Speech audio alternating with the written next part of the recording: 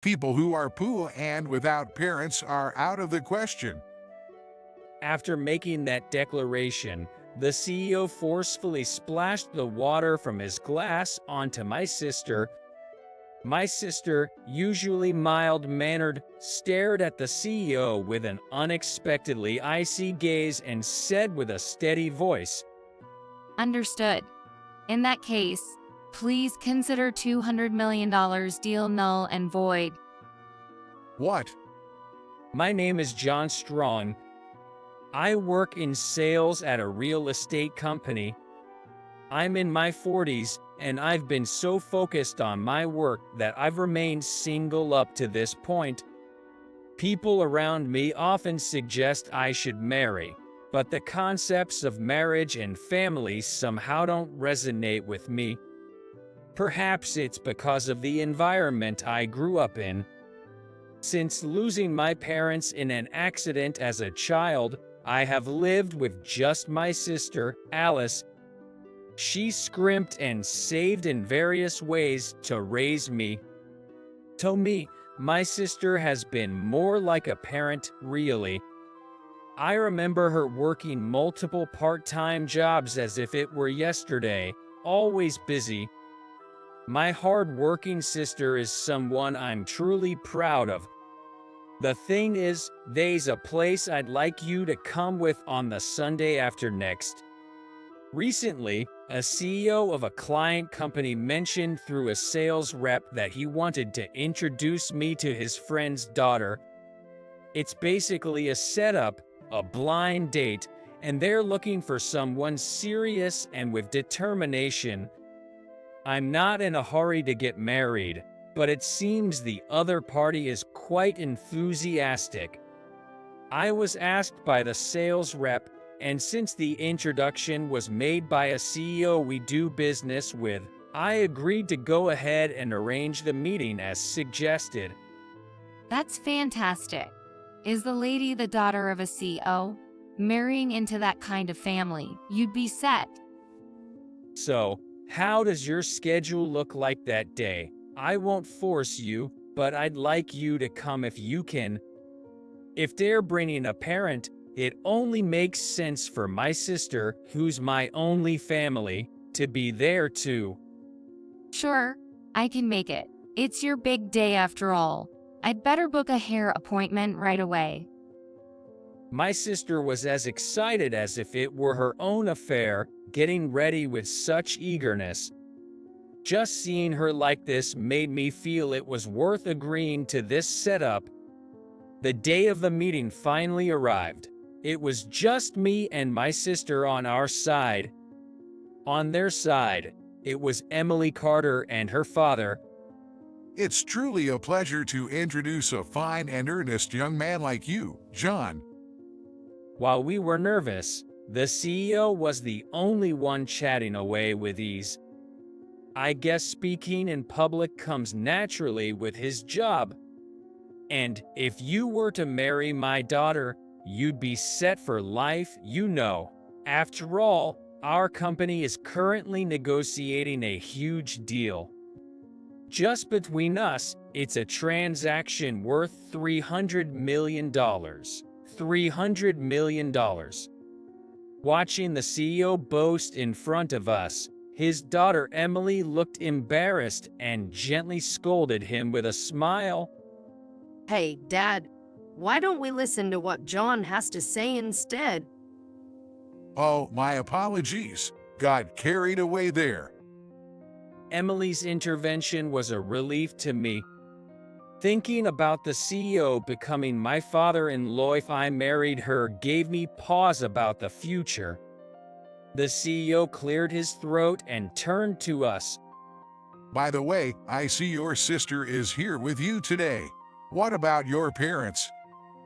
Yes, my parents passed away when I was young. To the CEO's question, I explained our situation.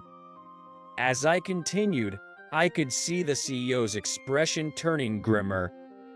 What, is that so? Then John, you mean to tell me your only family is your sister?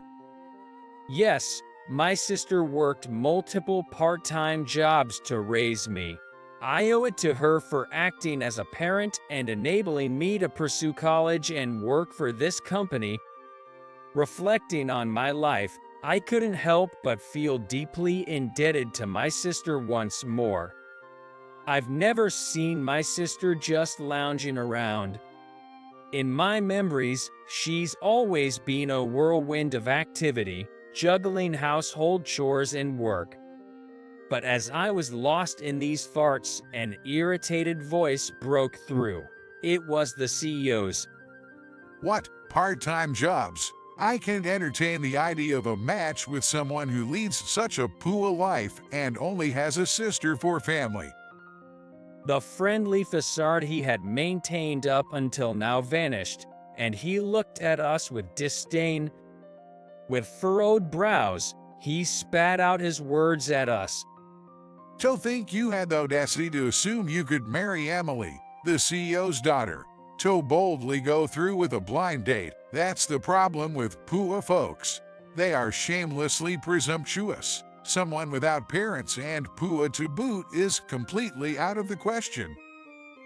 After his cutting remark, the CEO flung the water from the glass on the table towards my sister.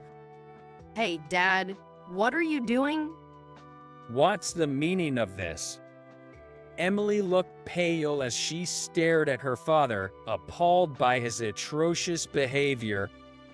I was beyond furious and leaned in to retort.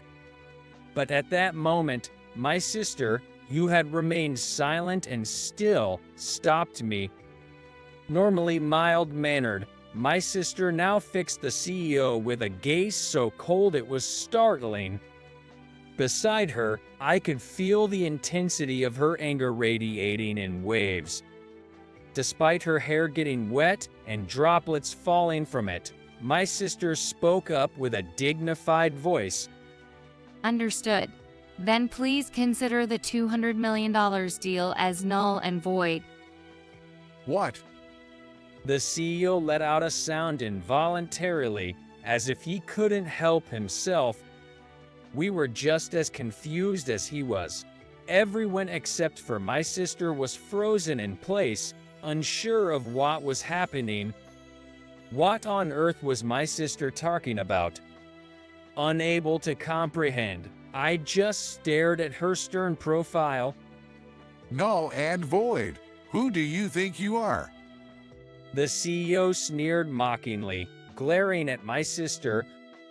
But my sister didn't show any sign of flinching and responded smoothly. Since you've deemed our proposal as out of the question, I'm simply saying we should consider the deal null and void too. At a glance, my sister maintained a very calm demeanor, but to me, who has been with her as family for so long, it was clear. She was truly furious deep down. What are you on about? You think you can talk back to me? Even calling it sour grapes would be ridiculous. Our family business, Davis Manufacturing, is in talks with the famed East Capital Tech Innovations. What possible connection could you, a nobody, have with them? I hate to side with this CEO, but just this once, I agree. What kind of relationship could possibly exist between the CEO's business negotiations and my sister? But my worries aside, my sister coolly dropped the bombshell. I happen to be a major shareholder in East Capital Tech Innovations. Don't give me that nonsense. Even as a joke, it's not funny. The boss turned his face away in displeasure. I too found it hard to believe what my sister had said on the spur of the moment. The inheritance left by our parents was meager, and recalling the simple life my sister and I had lived, it seemed impossible that she could be wealthy enough to hold a large amount of stock in a renowned company. My sister worked multiple part-time jobs from dawn to dusk just to put me through college. Growing up, I saw her constantly being called away at a moment's notice, so the idea that she had the means to invest in stocks seemed far-fetched. The most luxurious thing we could afford was buying a cake for Christmas, which was our modest celebration. Yet, my sisters stood there, unfazed by our gazes, confidently owning the space. If you find it curious, please go ahead and verify it. My name is Jane Strong. It's listed on the homepage of East City Tech Innovation. With my sister's unwavering look upon him, the CEO begrudgingly took out his smartphone. Then, in the next instant, No way, that's ludicrous. it appears that my sister's name was actually listed there. When I checked myself, there it was, Jane Strong. My sister's name was clearly written as a key shareholder of East City Tech Innovation. Unbelievable. How on earth could such a pauper become a shareholder? What sort of error could allow that? The CEO, while holding his head and moaning, scoured the home page from end to end, as if praying he was mistaken. Then, with a grimace like he'd bitten into a sour grape, he eked out his voice. Even if Jane Strong really is a major shareholder, don't get too cocky, you pauper. The CEO, breathing heavily through his nose, gave my sister a fierce look. So what about a mere $200 million? For my company's size, $200 million is chump change. I couldn't believe these were the same lips that, moments ago, were bragging so much about a $200 million deal. I was utterly astounded. Does this person have any other criteria for making decisions, or is it just money? Maybe it takes such an obsession with cash to build such a massive corporation in just one generation, but I can't help feeling that's not the right way to judge everything. Go ahead, try it. But don't think for a second that you can bring down my company with that. We've got plenty of other big players we deal with. Is that so? In stark contrast to the CEO, who was insistent to the point of spitting, my sister simply replied coolly with a single sentence. Realizing his provocation had fallen flat, the CEO's face twisted for a moment. Listen, I'm dead serious here. Don't come crying and apologizing later because I won't accept it. Wait a second, this whole story is nonsense.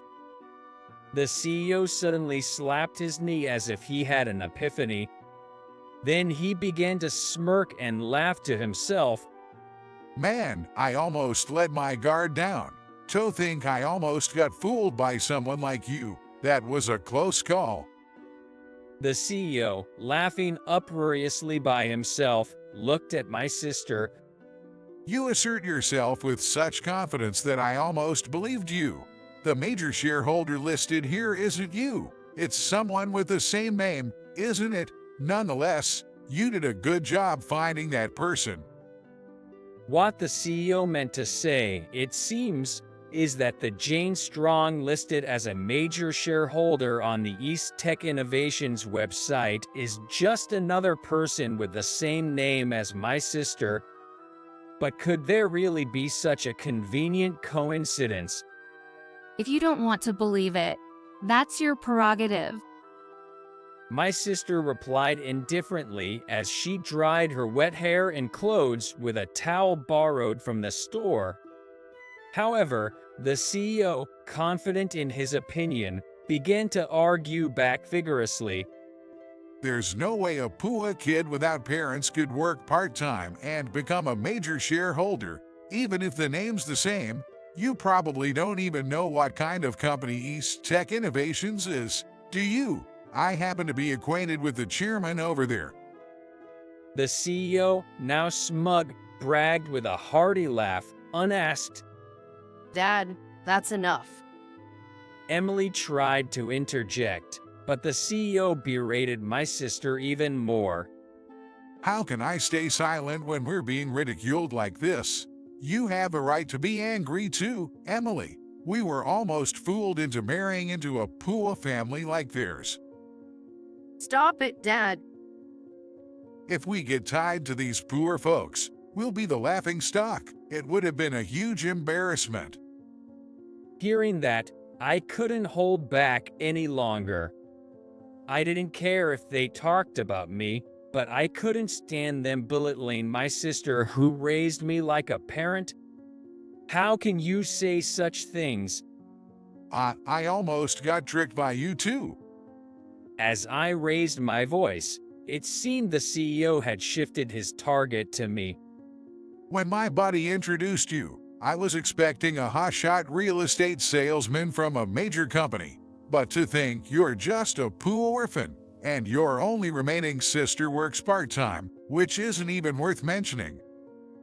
The CEO, while looking me in the eye, was dripping with sarcasm as he kept on attacking me. It was true I got into a top real estate firm due to my own efforts, but a huge part of that was thanks to my sister's support. She lived frugally every single day to get me through college, even had times when she wouldn't buy more clothes than the bare minimum needed for decency. What kind of underhanded tricks did you use to get into a famous company?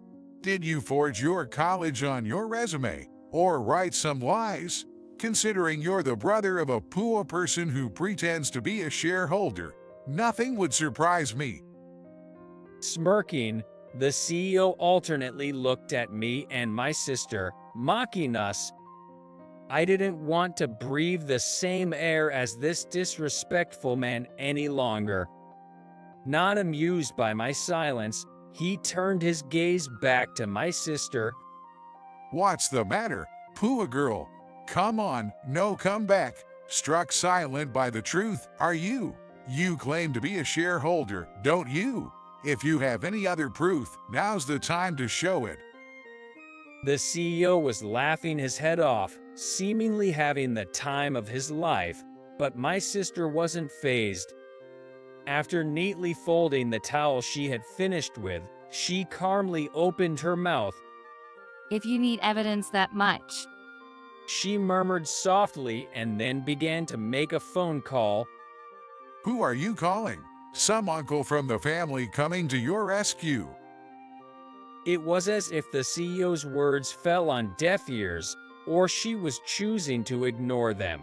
My sister quietly spoke to the person on the other end of the line. Is now a good time? Yes, the location is. It seemed she was arranging for someone to come here. This should be good.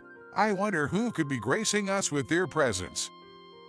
The CEO kept pestering my sister in a snide manner, but she remained unfazed with a calm expression.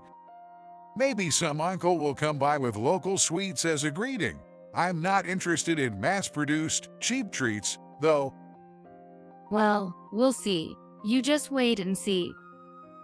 After that, my sister clammed up completely, responding with nothing more than "well, or is that so?" no matter how much the CEO tried to engage her. Eventually, it seemed he lost his enthusiasm and fell silent, leading to an awkward silence that lingered for a while. What on earth was my sister planning, and whom had she called? I just waited impatiently for time to pass. About 30 minutes later, a man walked into the room. Apologies for the wait. Sorry for the sudden call. This is Carter from Carter Manufacturing. The man, who looked to be in his 70s, was dressed in what seemed to be a very expensive suit. Of course, he wasn't a relative of mine, nor did I recognize him. He hugged my sister exaggeratedly, almost too zealously. I was wondering about their relationship when the CEO raised his voice irritably. Hey you! Yes, you. Who do you think you are, walking in here all of a sudden? I am. As the man was about to reply, my sister smoothly raised her hand. Allow me to introduce him. This gentleman is a colleague from my workplace. I thought as much. Give it a rest, will you? I have no interest in meeting some poor person's acquaintance. The CEO frowned displeasingly and waved his hand dismissively, as if shooing away a stray dog. Such behavior was excessively rude, even to someone he was meeting for the first time. To this, my sister tilted her head in faint surprise and said, Oh, you really don't know him? There's no way I would know such a person from the Pua crowd. Are you looking for a handout? Go back to the countryside and work the fields. Even that fancy suit looks pitiful on you. Wouldn't you be better suited in rubber boots, working the land? The CEO spat out the words with irritation, but my sister just smiled sweetly and retorted, That's strange. You said earlier that you knew him. What? I never said any such thing. But this gentleman here is Carter, the chairman of Eastern Tech Innovations, a company I've been fortunate to work with. Hell, what the, huh? The CEO stood with his mouth agape. I also couldn't believe what was happening right in front of me. The man referred to as the chairman gave a pleasant smile and handed out his business card. Nice to meet you. Please keep me in mind. Printed on the card was indeed the title of chairman of Eastern Tech Innovations. You said you were acquainted with the chairman of Eastern Tech Innovations, didn't you? Well, the thing is, Despite his earlier bragging about knowing him, it seemed like it was the CEO's first time meeting the chairman of Eastern Tech Innovations. But ignoring the CEO, my sister and the chairman were chatting away like old friends. I'm always so grateful for your help. Not at all. It's me who should be thankful. Strong. Oh no, I'm just part-time at best. Don't say that. You serve as a consultant, don't you? Well, I do work reduced hours, so it's kind of like being part-time, isn't it? My sister said, laughing. I had no clue, but it turns out my sister had been contracted as a consultant with Eastern Tech Innovations. The role of a consultant is to listen to the various concerns that the CEO of the company has, identify challenges in management and operations, and come up with solutions. Especially my sister, who has been contracted with Eastern Tech Innovations for quite some time, now participates in management meetings and offers advice on running the business. She never talked about her work, so I had absolutely no idea. I just knew she was working part-time, so I assumed she was helping out with clerical work or something. To think she was actually consulting for Eastern Tech Innovations, that would explain why she's a major shareholder. This is Carter from Carter Manufacturing. My sister introduced, and the chairman silently nodded. Then, with a sharp look in his eyes, which was a stark contrast to the jovial conversation he had with my sister earlier, he told the CEO in a stern voice, For a while now, you've been calling people poor and throwing around insults. no, that was, a bit of a misunderstanding, the CEO stammered. The CEO was waving his hands frantically trying to explain himself, but the chairman glared at him even more intensely. Our company does not tolerate such attitudes. It's unacceptable, not just within our walls, but also when dealing with our partners. No, I deeply apologize. I had no idea you were the chairman. Had I known, I would never have said such things. I was completely fooled. At the CEO's excuses, the chairman let out a heavy sigh. It seems you still don't understand that it's wrong to change your attitude depending on who you're talking to. Anyway, from now on, our company will no longer do business with you. What? That's $200 million in business. As the chairman made his position clear, the CEO collapsed onto the floor, holding his head in despair. I'm sorry for today's trouble. Said Emily, who had been quietly observing until now. It was supposed to be a matchmaking meeting between Emily and me, and I felt sorry that it had turned into such a commotion. I'm the one who should apologize. It was a pleasure to meet you, despite the circumstances. As I lowered my head, my sister and the chairman looked sincerely apologetic. In the midst of our mutual apologies, the CEO suddenly seemed to have an idea and blurted out with inappropriate cheerfulness. Hey, that's it. Right, John, my daughter is quite the beauty, isn't she? How about we call it even? I'll give my blessing to your marriage in exchange for closing the deal. As he said this, the CEO turned towards my sister with a smile. The CEO's appalling behavior, treating his daughter as nothing more than a bargaining tool, sparked a different kind of anger in me.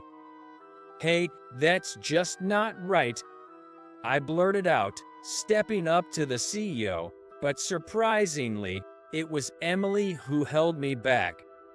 I would really like to get to know John and Jane better. Could you tell me more about both of you? While I'm touched by your feelings, Emily. Emily, good for you. That's it then, the marriage is decided. The CEO was all smiles, slapping Emily on the back with delight. If Emily and I were to marry, the nearly lost deal would be signed and the company would be back on track. Despite Emily being a truly remarkable woman, I simply cannot tolerate her father's, the CEO's, conduct. As I grappled with these conflicting emotions, Emily chimed in. No, I do want to go out with John, but I'm severing ties with my father after today.